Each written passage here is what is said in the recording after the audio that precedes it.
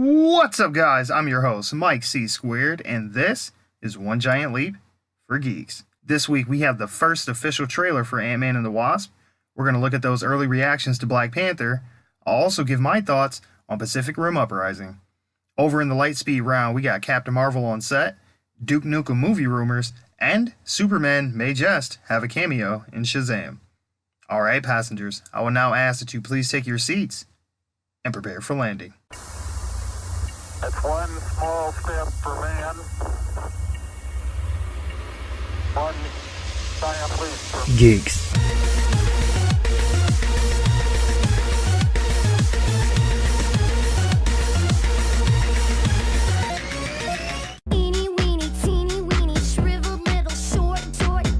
That's right, boys and girls, Ant-Man is back, and he has a partner now in The Wasp. Looks like this trailer dropped kind of out of nowhere, right?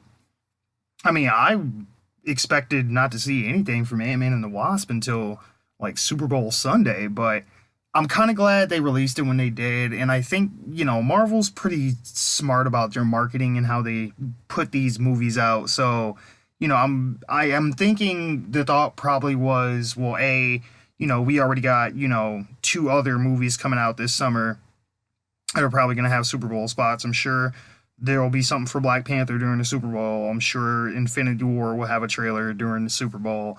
So instead of paying for all those TV spots and it getting lost in the shuffle of all the other trailers that I'm sure are going to be put out on Super Bowl Sunday, why not release it, a few days early?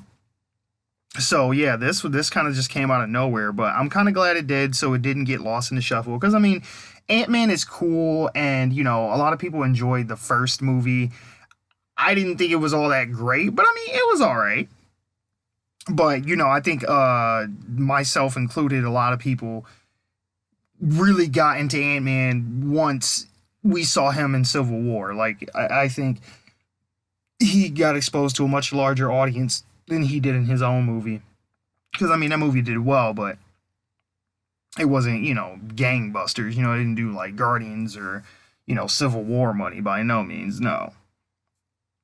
But, I mean, he's gained in popularity since then, so, I think it's good that they put this out when they did to try and, give him and the Wasps, their own spot, and let them have their shine for a minute before everything else comes out that's going to overshadow it.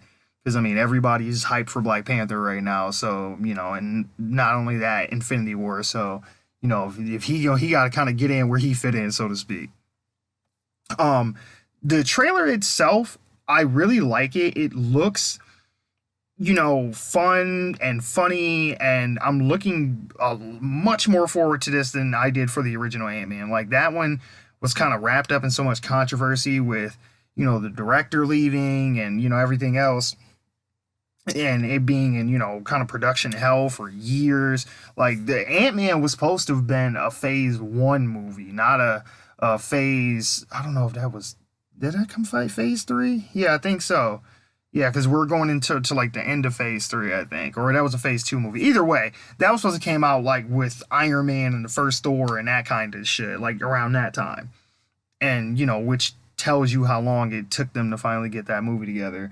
But, I mean, it was alright. I didn't too much care for it, but I'm looking much more forward to this. Like, this one seems a lot more colorful and a lot faster paced, and the jokes feel a lot less forced in this. Now, I know this is our first, like, kind of teaser trailer, so to speak. Like, we don't know anything about the plot, anything like that.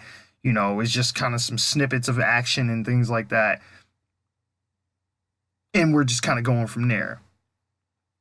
But from what we've seen, I like the tone of the comedy that we're taking. They're not trying to be Guardians. They're not trying to be, Spider-Man. They kind of are finding their own nice little place for their brand of humor. And I like that. We got our first look at the villain, who is going to be Ghost, I guess. Now, I don't know a whole lot about this character, but from Wikipedia, I have learned that Ghost he used to be like a data engineer for this computer corporation, and he made this thing called Ghost Tech, where it was a bunch of computer chips that would phase into an intangible state before they would overheat, but yet they could still function in that intangible state and hold an incredible amount of data from what it says. And basically, the suit that Ghost wears gives Ghost the ability to become intangible and or invisible, but not both simultaneously. It can only be one or the other, which could lead to some interesting, fight scenes and chases throughout the movie, being able to turn invisible or be able to, become intangible to where you can phase through objects and things like that. So I'm interested to see what they end up doing with this character. We don't really know much about the plot or anything like that. We do know that they're actually swapping the gender of Ghost. In the comics, Ghost is a man, and in the movie, it's going to be a woman. The actress that's playing her name is Hannah John Kamen. She's a British actress. And I think, just from the little bit of dots that I'm trying to connect from what we see in the trailer, it looks like she may be the daughter, perhaps, of Lawrence Fishburne's character, who he's also playing someone who is from the comics as well. I believe his character is character named Goliath in the comics. Another character that can like grow large. I mean, kind of has like similar PIM technology, and they have battles and stuff like that. In the past in the comics. I mean, we could see a giant on giant fight in this. That would be cool, but I don't know if maybe we might see, if we see anything from Lawrence Fishburne as far as like him growing or anything like that. I think it'll probably be in maybe a flashback with Michael Douglas, and because they cast Michelle Pfeiffer. She's gonna be the Hope Pym's mother, Hank Pym's wife, the original Wasp.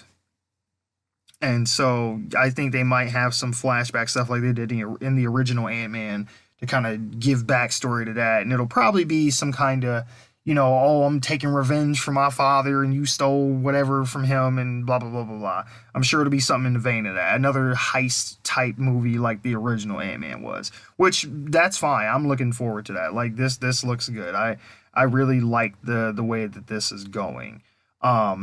It seems like it's taking place after Civil War, but before Infinity War, because in the trailer they show at the beginning him talking to the Wasp about, if I had have asked you to come with me, to help Cap, would you have done it, this, that, and the other. So obviously it takes place after Civil War as well. We know that it's not during Infinity War either. I think this may be a direct lead-in to Infinity War, even though this movie comes out after Infinity War, like, in real life. Like, chronologically, in the films, this will be kind of an in-between movie, but in actuality, in the real world, they're releasing it in July, and Infinity War comes out in May. So it'll be interesting to kind of, like, see that tonal shift that we'll take. But I kind of guess you would have to do that because we got Black Panther coming out in February, and then we got Infinity War coming out in May. So you kind of need maybe a lighter movie to kind of lighten the mood, because I mean those are the three movies that Marvel is putting out this year, and we won't see anything else from them until next year. So I guess I would have almost preferred to have Ant-Man in the middle, maybe, to kind of have like a more serious tone movie, a lighter tone movie, and then like the big serious tone movie instead of serious, super serious, and then jokey. But we'll see how it goes. I don't know. I mean, I guess they just don't want us to get burnt out, which, I get that. But overall, I really do like this trailer. I like what they're doing with these characters. I really liked Evangeline Lilly as the Wasp, or Hope Pym in the first one. She wasn't actually the Wasp yet until this movie, but I liked her character in the first one, and I'm really looking forward to seeing the chemistry between her and Paul Rudd on screen again, because I think they played well off each other in the first movie. I mean, overall, it looks fun. It's kind of pulling the Spider-Man Homecoming. Like the stakes aren't too high, but it's just enough. It's like they're not like Marvel Netflix level, street level, but they're not quite Iron Man and Thor levels of catastrophe either. They're kind of somewhere in the middle, and that's what it needs to be. Like not every superhero movie has to be about the end of the world and everything is at stake and we're all gonna fucking die and shit. It's okay to have different tiers of danger and obstacles that the characters have to overcome. Not everything has to be end of the world scenario, and I like that about this. Um, the one more thing though, before I jump off of this topic, I did want to talk about the song in the trailer. Like that shit, I really dug that. I don't know if that's gonna be the theme song in the movie, or if that's gonna be a part of the soundtrack, or if that's just something that they did for the trailer, because they do that sometimes. But I really like that. It really gave me like this kind of, fun spy kind of, Ocean's 11's James Bond type feel to it. And then it also kind of had that, I've heard a lot of people say this too, like Saturday morning cartoon feel to it, where it felt like, like the Spider-Man theme song or X-Men or something like that.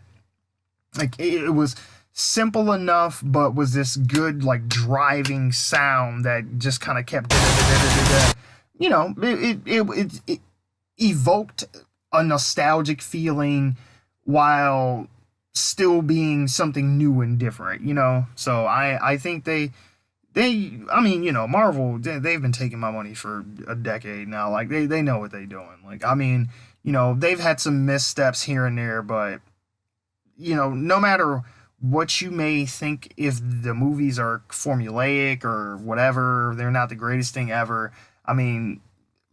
You'd be hard pressed to say that Marvel puts out bad movies. You could say samey, you could say kind of mediocre or just okay, but bad? No. But all right, like I said, it looks fucking good. I don't know what else to say about it. Moving on.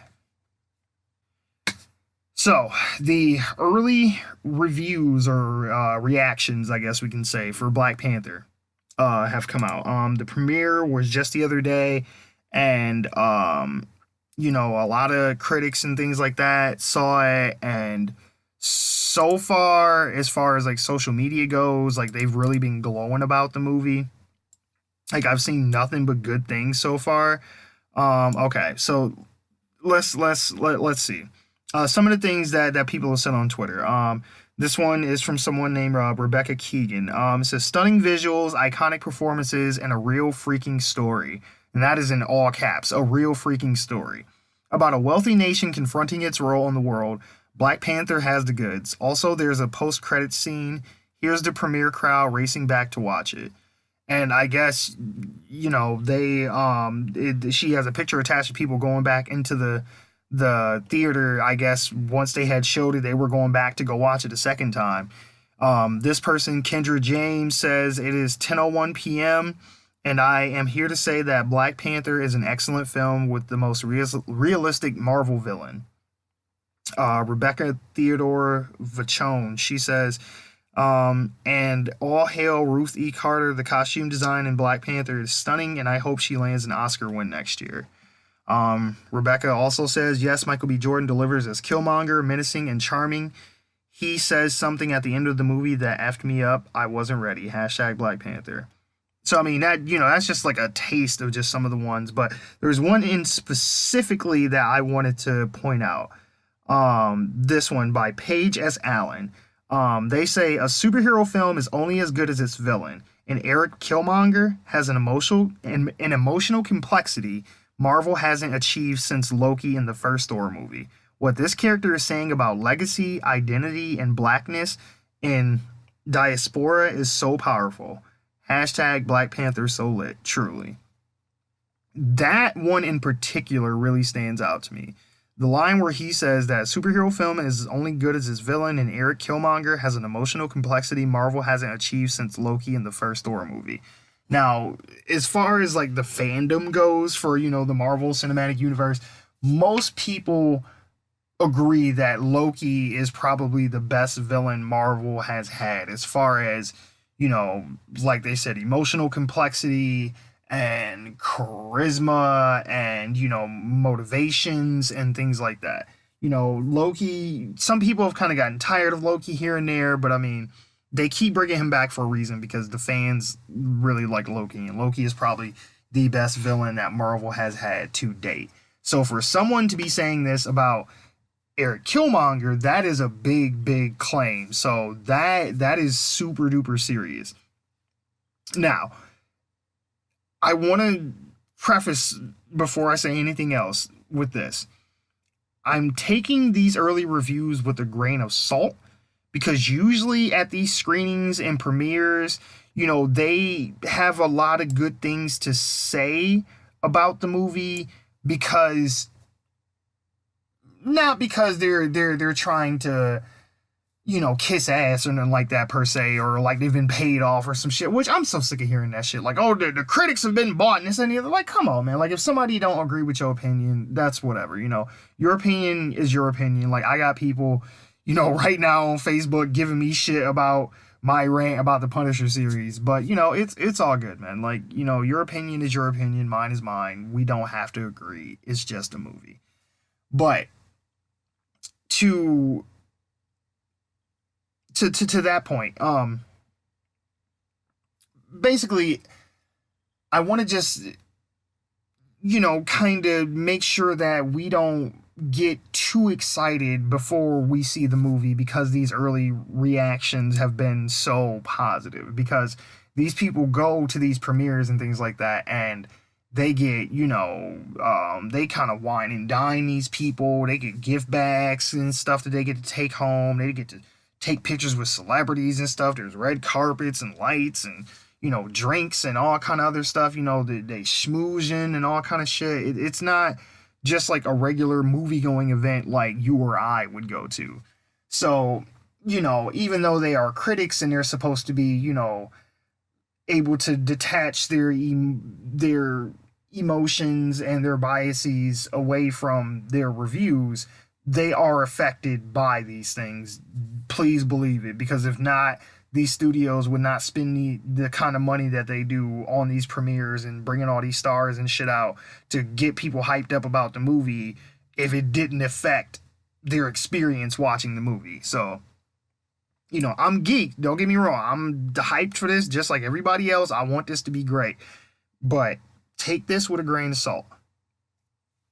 Because my biggest worry is a backlash against Black Panther because everybody wants it to be good.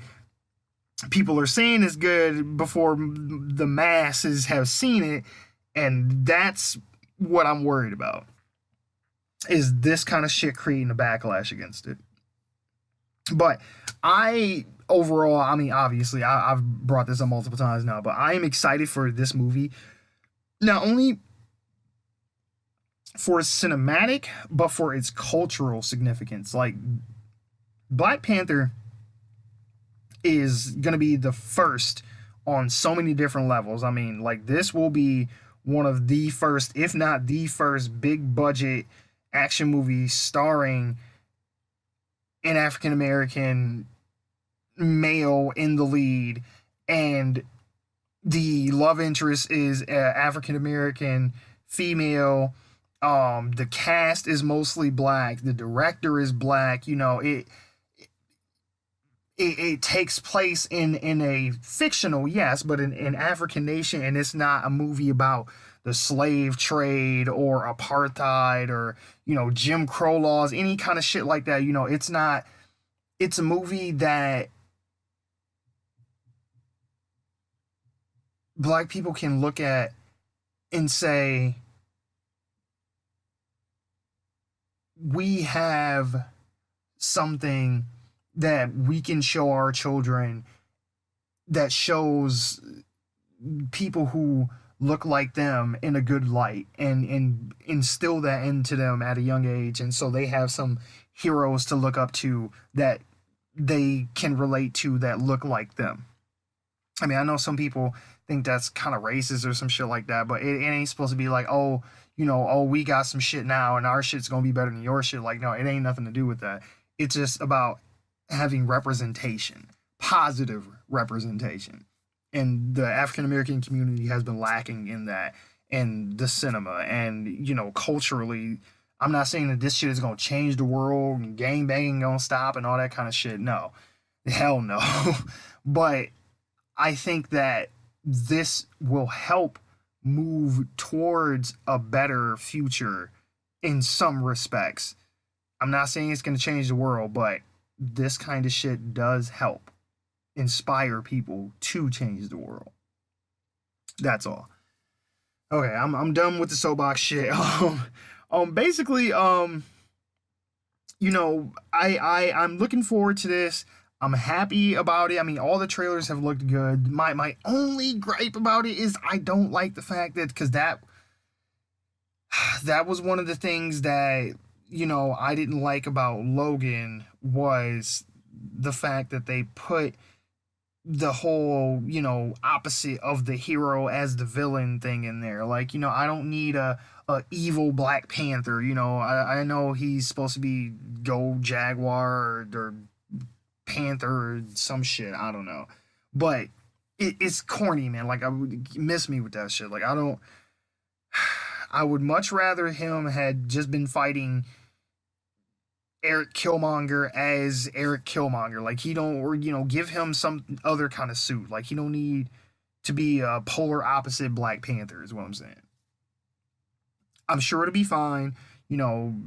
Michael B. Jordan is a good actor. Everybody's been saying that, Killmonger is a great villain, but I'm just not looking forward to the end fight between them when they're both in their Black Panther suits and they're fighting each other. And I'm just sitting there trying to figure out, okay, who is who and what is going on. It's a nitpick, but I mean, it's true. I don't like that in movies, and I'm not just gonna give this a pass because it's a Black Panther movie, and I'm just gonna act like, oh no, that's fine, it's all good. But whatever, that's beyond the point. I'm excited for it. I'm looking forward to it, and I'm really hoping that I mirror the same feelings about it as the people who have put up these reviews have so far. So yeah, we got that going. All right, now on to Pacific Rim Uprising. Okay. So, right off the bat, I'm going to say this.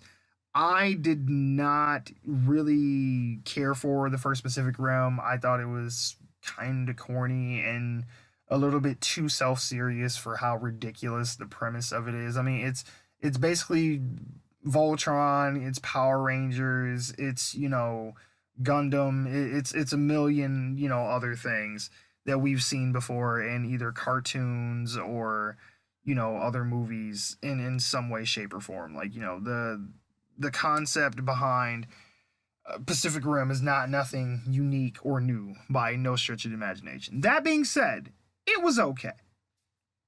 Besides, Charlie Hunnam, bless his heart, like, he tries, but that man is just, oh god. He's a charisma vacuum. Like, not only does he not have charisma, but I feel like he sucks the charisma out of the other actors that are around him. It's bad. But with this, I mean, I really like what I've seen so far in these trailers for this. It's much more brightly lit and more colorful than the first one. Now the first Pacific Rim was a lot more colorful than, say, the Transformers movies are, but it was really dark in a lot of spots, and a lot of things took place either out in the ocean at night or in the city at night. And I mean, yeah, you got the lights and things like that, but once they start knocking skyscrapers, into each other and tearing everything down, it gets real dark and there's smoke and shit. So, you can see how, it visually wasn't the greatest to try and look at. But with this one, most of this looks like it's going to take place during the day, and even the couple scenes here and there that look like it could be, you know, at night or something like that, they keep it still pretty brightly lit. It still looks, you know, you can tell what's going on. Like, unlike the Transformers movies, the way it's shot and choreographed and things like that, I can clearly tell the action and I can see what's going on. All that shit's great. The collateral damage though, god damn. Like, I mean, just sitting here and watching the trailer now as I talk about it, they are fucking, I mean, like some UFC, WWE type shit. I mean, they power bombing motherfuckers through parking garages. I mean, they spinning motherfuckers through skyscrapers and shit. I mean, just tearing shit the fuck up. I mean, the people who complained about the collateral damage in Man of Steel, Jesus Christ, you see this shit, your fucking head is gonna explode. Like, man. Now, I get it. You know, they try to, you know, show these places being evacuated and stuff like that, but it's just like, Jesus Christ, man, like, this shit, they are taking no precautions for damage at all in this movie. Like, this shit looks crazy. um but you know, I haven't heard anybody complain about it. You know, I kind of think it's a little, you know, yeah, picking and choosing what you want to be outraged at, because I remember that was a thing back when Man of Steel came out and in BVS as well, you know, and people still kind of made fun of it in Justice League too. But I mean, I don't know, like, it didn't super bother me, but I could kind of see people's argument. But then I watch movies like this and Transformers and shit, and I'm like, they are just demolishing like whole areas of the map, and no one complains about this shit at all. But I mean, I guess it's just the nature of the movies. I don't know. Maybe they just don't look at this one the same way, or they don't put the same expectations against these as they do, you know, a movie with Superman in it. Who knows? One of the interesting things that I noticed in this is they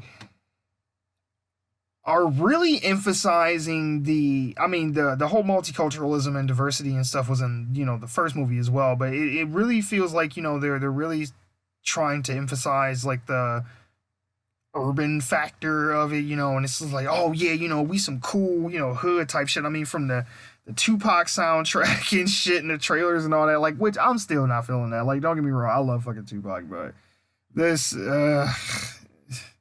I could do without, you know, the Thug Life, you know, soundtrack in the trailer for a movie about fucking Power Rangers fighting Godzilla monsters and shit, you know.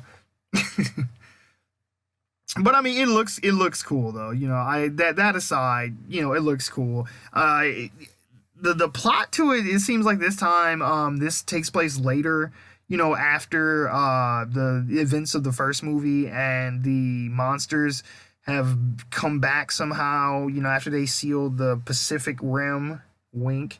um the the kaiju looks like they come back because there's some kind of rogue, you know, Jaegers or Jaeger pilots or something that are, you know, opening it back up and bringing them back. Who the fuck knows why? I can't wait to see how they explain, you know, the motivation of someone, you know, a human being bringing back these giant monsters and how that's supposed to help them in some kind of way. But I mean, hey, who fucking knows?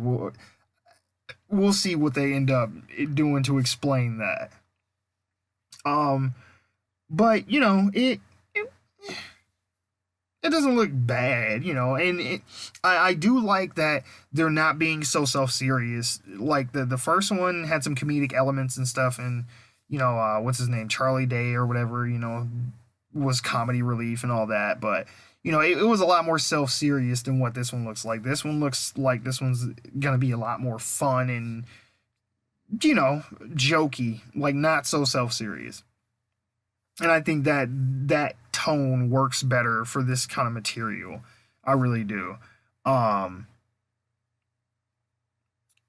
they're really leaning into, you know, that anime feel because the first one, I mean, a lot of it takes place in Japan and stuff, and it looks like this one will in some parts too, maybe. Uh, but they're really leaning into the Japanese inspiration and shit. Like, I mean, from just the posing and the composition of the shots and just how the camera moves through the action and stuff like that, how they're filming it gives me a real anime vibe, especially towards the end of the trailer where like all the Jaegers are posing and with their weapons getting ready to fight and the camera's like whipping from one to the other. It feels real anime. Like if one of them Jaegers just started doing a fucking Naruto run through this shit, it would not surprise me at all. I swear to God, it wouldn't. I do like, that we are going with a different cast of characters. We have some returning characters from the first movie, but a lot of these people, especially the main character, because goddamn, if they'd have put Charlie Hunnam in this one too, they are guaranteed to tank this fucking franchise. But John Boyega, he's a good actor. Like, I hate him as Finn in the Star Wars movies, but that's not his fault. That's nothing against the actor. That's just the way that they want that character portrayed, I suppose. But, in this, I really like him in this. He gives me, much more interest in what's going on. Like, I'd much rather watch him as a main character, go through this than Charlie Hunnam did. He is more believable. And I guess he's supposed to be like the son of Idris Elba's character from the last movie. I guess he's dead, and this is the son, and the reluctant hero. He doesn't want to walk in his father's footsteps and live in his shadow and yada yada, and he wants to do his own thing and whatever. But it's basically a damn cartoon anyway, so it's whatever. But I like this. I'm interested to see where this goes. So, I'm kind of grading it on a curve, I know, but just from what I've seen in the trailer so far, it looks harmless, it looks fun, and I'm looking forward to it. So, why not? All right, so we're done with our main shit. We're gonna go to the light speed. All right, so first up, what do we got? Oh, so Captain Marvel. So we finally got some set photos of Brie Larson as Captain Marvel. Now, from what we know about this movie so far, it is going to take place in the early 90s, and it is going to involve the Skrulls, I believe. Now, the Skrulls are this shape-shifting alien race, and there's a whole thing. I mean, people are theorizing that where we're going after Infinity War, it will be into the Secret Invasion, which is about Skrulls having secretly taken over and posing as some of our favorite heroes in the Marvel Universe for years, decades in some cases, and they're sleeper agents basically. And it's this whole storyline in the comics, and I mean, I don't know how I feel about that. It could be cool, I guess, maybe, I don't know. But we do know for sure that she will be fighting the Skrulls in her movie, and how that's going to tie into what we're doing in Infinity War 2 or whatever they call Avengers 4 is still yet to be seen. We don't know a whole lot about Captain Marvel's movie, but the main thing is the suit itself. Now, looking at the suit itself, it's not what people were expecting. It's a lot closer to her Kree costume, like that she gets from Marvel, and where she gets her powers from and everything. But in the what was it? What is it called? The like conceptual photos that they were putting together for the movie back that they showed at Comic-Con a few years ago, or about a year or so ago.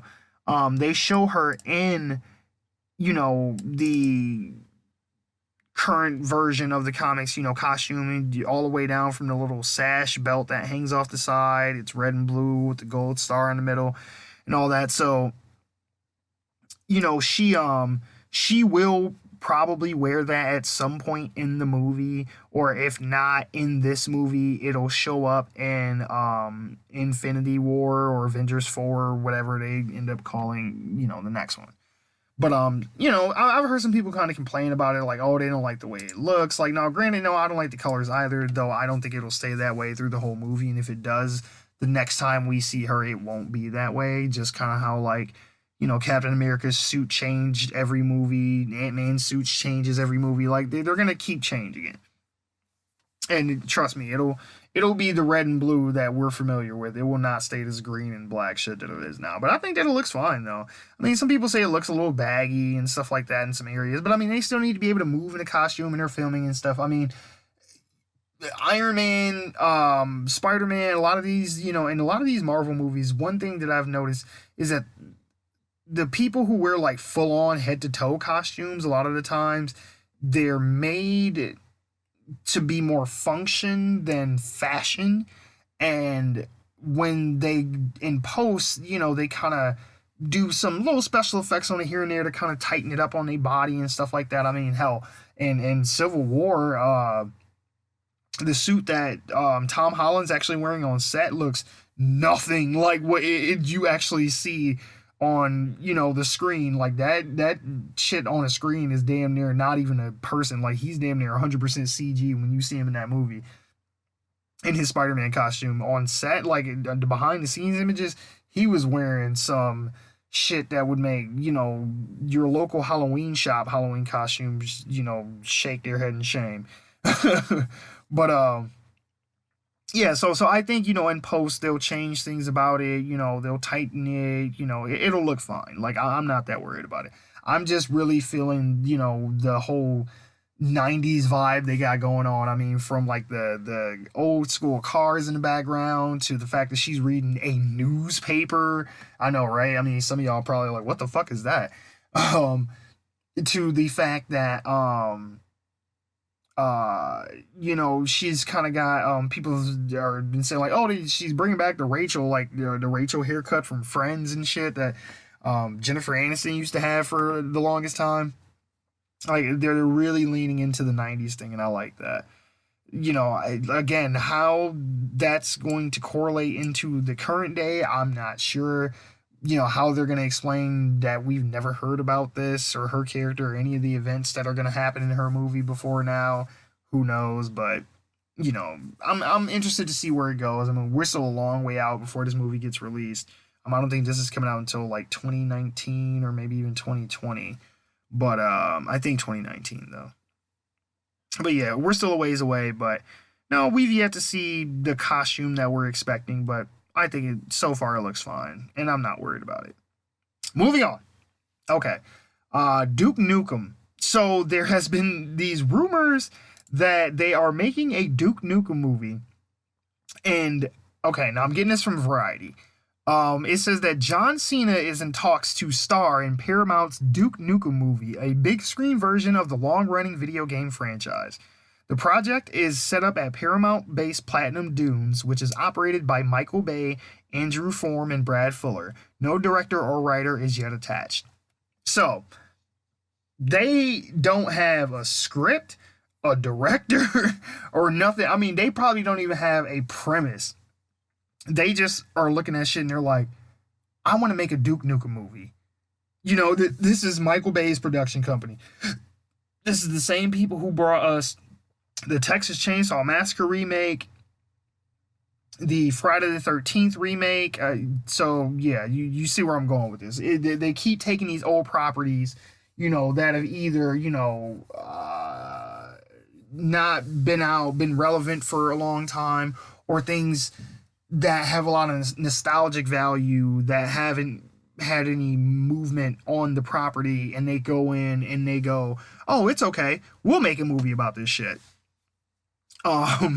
So yeah, I'm not looking forward to this. And I mean, and honestly, Duke Nukem is really a product of its time. You know, I played those games when I was a kid, and you know, Duke Nukem as a character is misogynistic and crude, and it just everything wrong with, you know, what would, you know, feminists and things like that talk about when they talk about toxic masculinity. Like, Duke Nukem is the embodiment of toxic masculinity. So, you know, I don't know how that's gonna play. I mean, okay, as far as John Cena goes, he would be a good fit, sure. Yeah, I mean, John Cena, I could see him playing Duke Nukem. I mean, the nigga already got down to the fucking haircut. Like, I could totally, he's obnoxious and all that shit. He would be a great Duke Nukem. I just don't know if Duke Nukem will play the same way he did in 1991. Like, you know, I don't know. Yeah. I can see a lot of people getting really pissed off at that movie, and, you know, I wouldn't blame them, honestly, because, I mean, if they play it, you know, true to the character, then yeah, no, he's gonna piss off a whole bunch of people.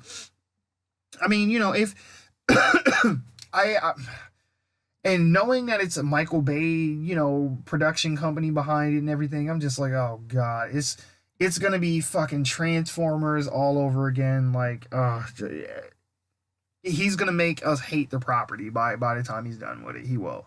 He truly will. I think the only way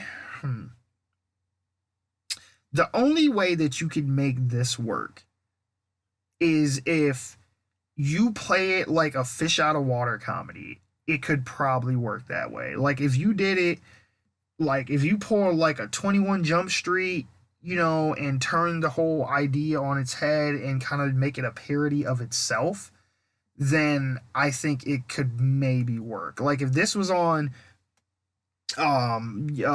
streaming service or something like a Netflix or a Hulu or something like that, I could see it working fine. But big theatrical release, I don't know. I don't know if this would play well in theaters. And, you know, I think when it's something that you can watch at home, that streaming, you know, it still gets controversy and things like that. But I don't know. I feel like movies catch more shit than you know, streaming movies or TV movies do.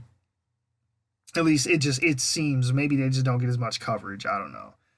But I mean, you know, if they pull a Thor and they play it like a fish out of water movie, don't make it a big theatrical release, and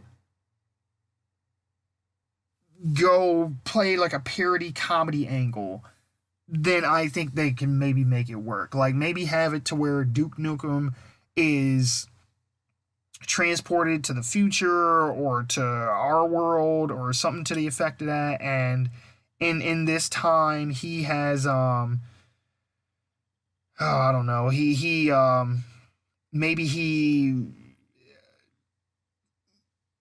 gets teleported or something, frozen, who knows. Whatever the case, it could be a thing of, you know, he's stuck in his, you know, old, you know, kind of misogynistic odd couple mindset, and he gets paired up with, you know, modern day people who are like, hey, you know, you can't treat people like that. That shit don't fly. You can't talk to women that way. You know, violence doesn't solve everything, yada, yada. Then maybe they could make it work that way, and then kind of turn his character around to where he's still an asshole, but he's kind of like a lovable asshole type thing.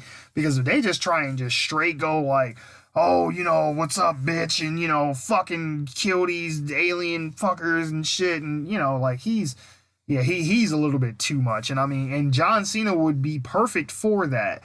But y'all gotta be self-aware with this shit, and be a little bit more meta with the way you handle his character. Because I could see a lot of people getting pissed the fuck off at that movie. But we'll see what they do. I mean, honestly, I'll be shocked if this ever does come out. But if it does, I'm really looking forward to see how they handle this, because this could be a shit show if they do it the wrong way.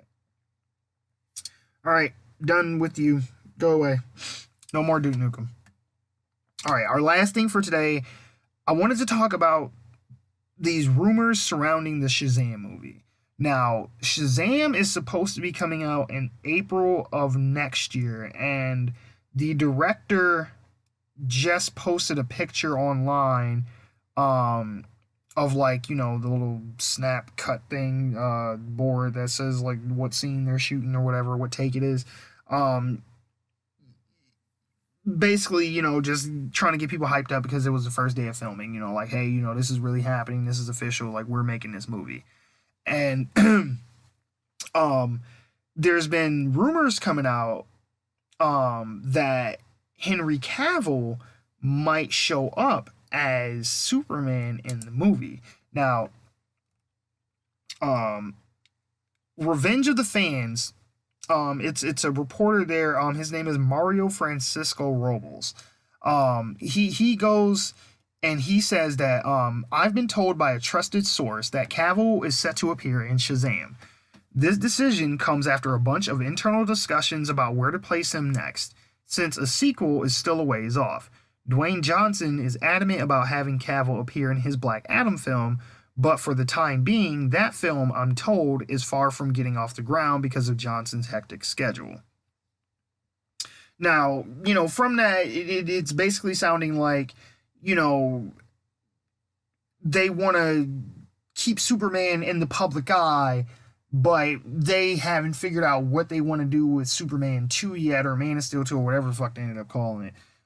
So, but they don't want to waste the character, and they don't want to, you know, let people forget about how much they liked this version of Superman,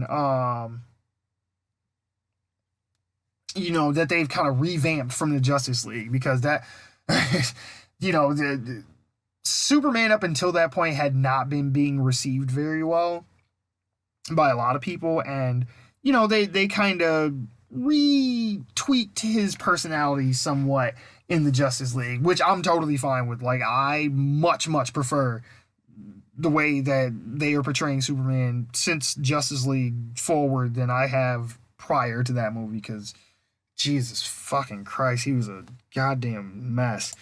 Anyway, yeah, so, you know, and then there's some other things in here about, you know, they're kind of wanting to bring him back because of that, because, you know, he was a much more well received in the Justice League, that they're like, okay, well, you know, let's keep this good favor going and put him in the Shazam movie, which I'll be interested to see if they stay on course with this portrayal of Superman, because if they turn around and make him all mopey and depressed and shit again, then they're just gonna really piss people off.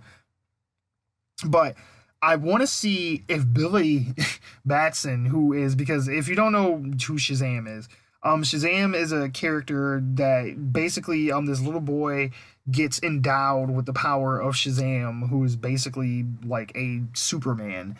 And when he says the word Shazam, he turns from a little kid into a full-grown adult with superpowers. And his villain is Black Adam, who also has a similar power set to Shazam, and, you know, it's his nemesis, and it's basically his Reverse Flash, his Bizarro, his, you know, Venom. He,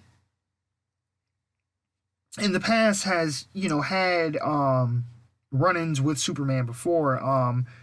I know they fight, in Kingdom Come, in that storyline. I know in New 52 they have a fight. There's a DC animated movie. What is it? I think it's called just Superman Shazam, like the Return of Black Adam or something like that. And basically they kind of tie Black Adam and Shazam's origin into each other. And, you know, Superman fights Black Adam, but because Black Adam, you know, and Shazam's powers are magic based, you know, Superman was vulnerable to magic and he couldn't face him alone, so Shazam has to come help him. But, you know, I really want to see the interaction between these two, because, you know, in the comics, you know, Billy Batson looks up to, you know, Superman like he's a kid, and, you know, Superman is Superman, so he idolizes him and, you know, respects him a lot, and follows him, and, you know, looks up to him as like a father figure almost. So I'm interested to see how they're going to play off each other in this, and, you know, if Billy will confront him about some of the things that he's done in the past movies, about some of his failings as a hero and not being, the symbol that people need, and want to look to. So, I mean, who knows what's going to happen with this? I mean, this is still a ways off. I mean, hell, they announced that there was going to be a Black Adam movie before they announced a Shazam movie years ago, and we still ain't even seen that. And, like they said, The Rock, he's making 3 movies a week, so who knows when you can tie him down long enough to commit to anything. That's always like, when they first announced that they wanted The Rock to play Black Adam, I was like, well, that's cool and all that, but The Rock is too busy to be fucking with y'all in this, don't y'all think? Like, The Rock is doing so much other shit, and he has so much other stuff on his radar. If you can get him sat down for long enough to commit to multiple movies in a franchise, I'll be surprised, because he's already doing that with Fast and Furious, and now he's going to have his own spinoff from that. And I mean, they're probably going to make a sequel to Jumanji, and if Rampage does good, I'm sure he'll make another one of those. So I'm like, it ain't like, he's one of these like character actors who is like, hey, they might do 1 or 2 movies a year, every couple of years, maybe, to where, you can get them to sign a 10-year contract and be like, hey, I know no matter what, I got consistent work from now until, 20 whatever. But we'll see. I mean, I've never really been a big Shazam fan, but I mean, I do like the concept of the character, and I do like the actor that they got to play Shazam, himself, Zachary Levi. I think he's a good actor. I liked him in Chuck. I don't know if they've cast the kid yet, Billy, but, that'll kind of be the linchpin to whether or not this thing will work, because if they can get Billy Batson right, then they can make this thing work. If the kid is not a good actor or annoying or some shit like that, it's just gonna be a wash, and nobody's gonna want to see him as anything but Shazam the whole time, which really, that's kind of what you want anyway. So you got to make sure that when he's not Shazam, you at least have child actor cast good enough and likable enough to where you're not instantly angry the moment that he has to turn back into his regular self. But yeah, I think that's it. I think that's everything. I've covered everything that's happened and I thought was noteworthy this week. I mean, there was a few things here and there I probably could have talked about. The whole Battlefront 2, not hitting its sales and, all that. I didn't want to go into that this week. But, no, I will see you guys next week. That's all I got. You guys know the drill. If you like what you heard, leave a like, leave a comment, let me know. If you got any ideas for an upcoming episode, you want to talk some shit at me, you want to tell me how my show sucks, then you can go right ahead and leave that in the comments below. Make sure that you subscribe as well. And if you're not sick of hearing my voice yet, you can always find me on Twitter. Just look for @GiantLeap, the number 4 Geeks. And on YouTube, SoundCloud, Facebook, Instagram, and Pinterest. Look for One Giant Leap for Geeks. See you guys next time. Play it cool. Poke your head out every now and then. See what's going on. They still hate me? Yeah, probably. Okay, how much this time? I'll give it a few more weeks. And just be easy.